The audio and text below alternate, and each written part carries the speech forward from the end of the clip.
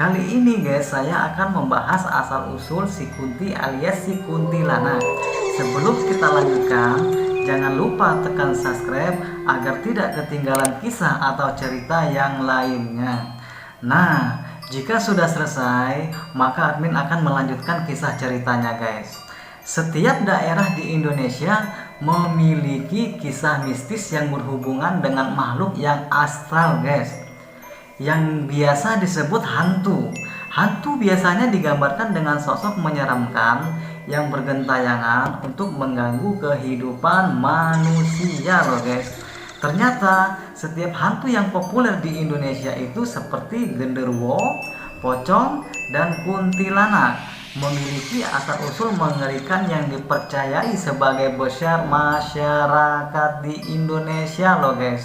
Hantu atau makhluk yang tak kasat mata ini dikenal secara umum sebagai sosok roh atau arwah yang meninggalkan badan karena kematian.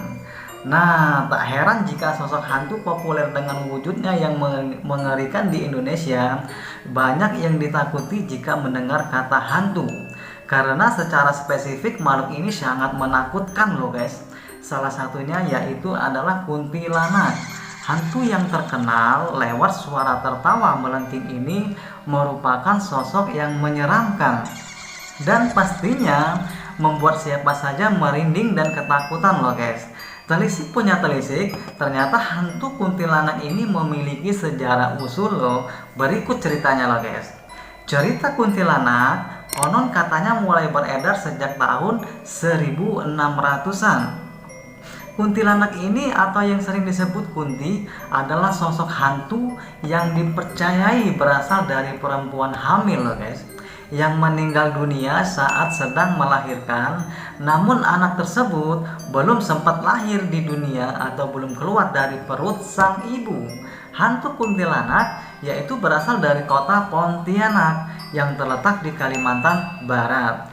Awal mula mengapa kuntilanak dikaitkan dengan Pontianak karena asal dari makhluk astral ini ialah kota tersebut loh guys.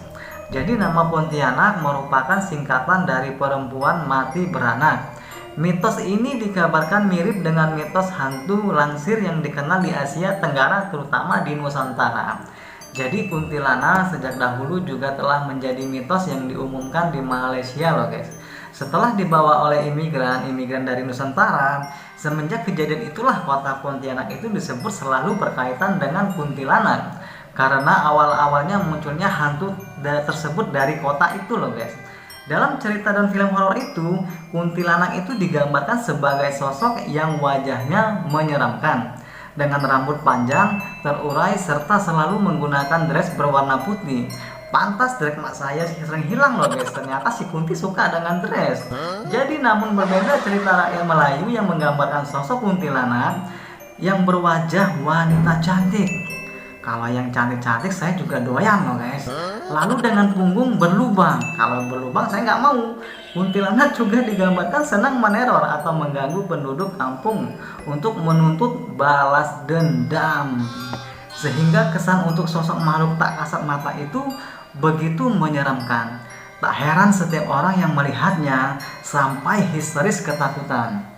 Jadi dari kisah yang bermunculan, banyak sudut pandang dan penggambaran tentang sang Kunti ini.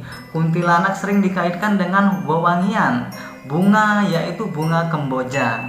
Konon katanya sewaktu si Kunti ini muncul selalu diiringi dengan wangi harum bunga kemboja loh guys. Selain bunga kemboja, bunga melati juga ada, dikaitkan dengan kedatangan atau saat adanya sang makhluk itu. Diceritakan juga bahwa pria yang tidak berhati-hati dengan makhluk itu dapat dibunuh setelah si Kunti berubah wujud menjadi penghisap darah. Jadi sosok si Kunti sering menjelma sebagai wanita cantik yang berjalan seorang diri di jalan yang sunyi dan sepi. Nah lo, kalau malam ketemu wanita cantik itu harus waspada juga bro.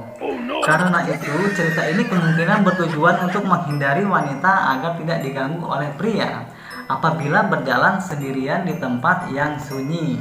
Tidak dapat digambarkan secara spesifik sosok Kunti itu karena hanya orang tertentu loh yang dapat melihatnya secara langsung.